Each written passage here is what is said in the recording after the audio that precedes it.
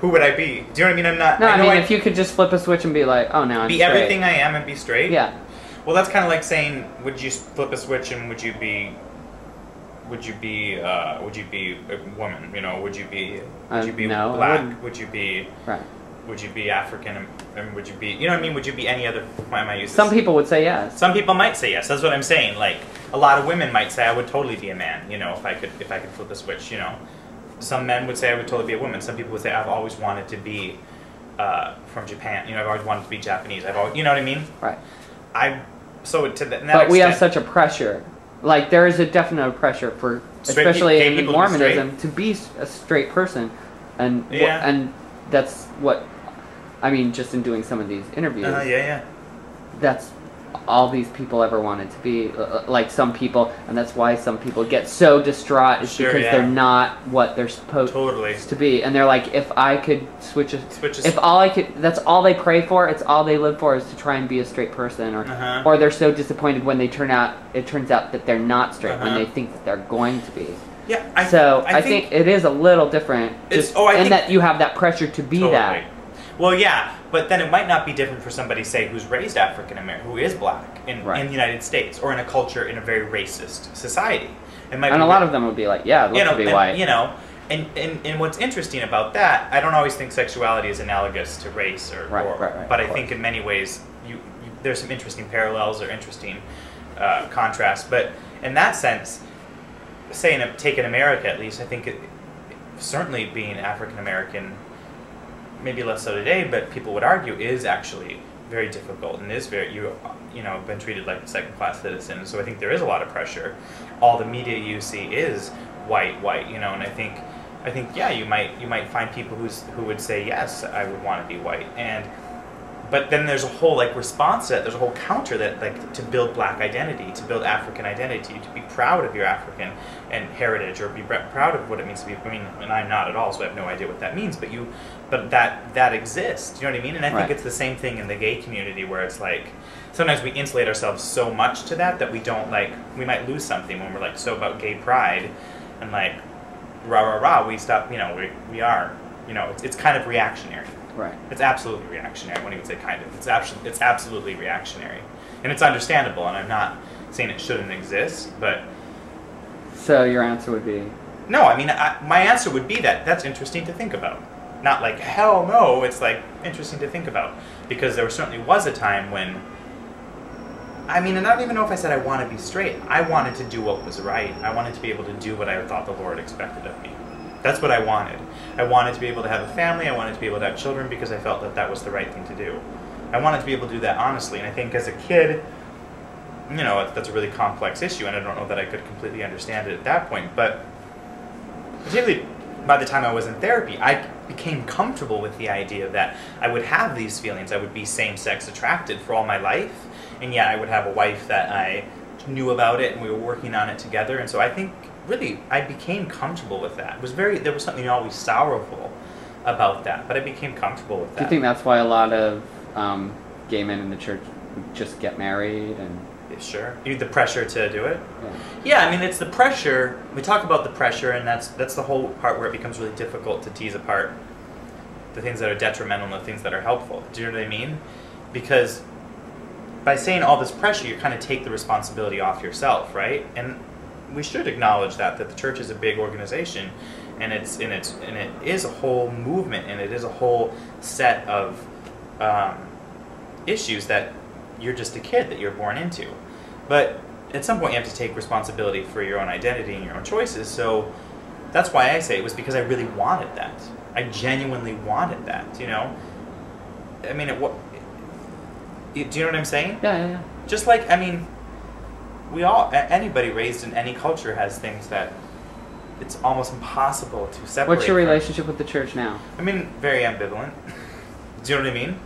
Ambivalent because I love it, and I still, in so many ways, I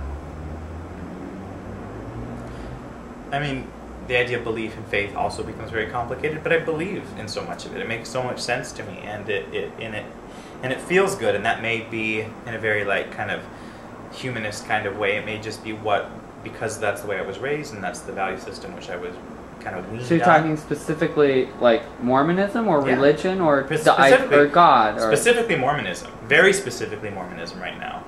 It feels good to me. It makes sense to me. Because, and like I said, it maybe in just a very kind of like humanist kind of perspective, maybe that's just because that's how I was raised. Those are the values that like, you know, I was raised with and I saw reflected in everything around me. But there's also something very deep and I think very like eternal about the way I'm connected to it. So I feel very good about that. There are other things about just my relationships with people in the church. I always had like incredible leaders. I like, as I started talking to bishops and stake presidents and mission presidents about my sexuality and identity, they were all, some more so than others, but supportive, loving, never like in any way condemning. I never once, experienced condemnation from a priesthood leader. And I know that that is not the experience. I think most people... Well, actually, a lot of people have said that. Yeah. That I talked to. Good. Well, it's nice. But nice the thing is, that. Do you feel like whenever somebody, if you say, oh, I'm Mormon, or I was raised Mormon, or whatever, and I'm gay, that people... Don't you feel people, they go, oh, you must have been so tormented, exactly. And your family must were you ostracized? You must have had the horrible experience, you know what I mean? And I'm like, no, it was hard. It was very hard, and I think it was hard in very specific ways, specific to being raised Mormon, but I was surrounded by love and support for all my life. And although I can look at some really painful incidents and where I think I was marginalized, ostracized, or treated kind of unfairly, and with there are a couple really painful moments that come to mind. Let's hear. But like by and large, the people who are within the church, and I associate with the church, really kind, loving people. Who even when we talking about the gay issue, always wanted to help. Most of them wanted to understand, You want to hear about the juicy stuff? Sure. And the BYU, really emotional. The honor code one is the best one. Oh, okay. Come on, let's hear it. But and that is kind of a really ugly side of it. Do you know what I mean? And like I said, I talked about being careful either. This type of experience, I think, could color everything. Do you know what I mean? Because it is so kind of nasty. And kind of, to me, reveals the ugliest side of humanity. But it is just one incident in a whole lifetime of incidents that are connected to the church. So, but I was at BYU. Well, let's see, how far do we have to go back? Because I'm so good at telling stories. I'm so streamlined at it. I never abbreviate up to the really hot I never part. get tangential or anything like that. So I was going to BYU. Okay, that's good. Point one. Do a little backstory. I had gone to high school with a guy who I think in high school everybody kind of knew was probably gay. Nice guy, great guy. I don't have a lot of contact with him anymore. I never was really good friends with him.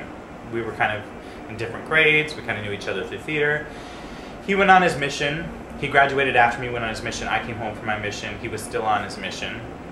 I had started working at Orem High with some younger kids doing directing for Sid Briggs, who people may know if people are going to be reading this, directing some original 1X that I had written, and I'd met a whole group of kids who were 4 years behind me at school, younger kids, and I became good friends with a lot of them. These kids had known this individual who was still on his mission. Right. Okay? One of them particularly was really good friends with him and kind of looked at this older guy as a real mentor, like his older brother, and they were close. And this younger guy was at BYU with me, and the other guy, I wish I had names, I just don't want to indict. You can give him fake names. Okay, think it'll hurt so them. The guy who was on his mission, who I knew in high school, we'll call him... Should I pick a name? Yeah. Adam.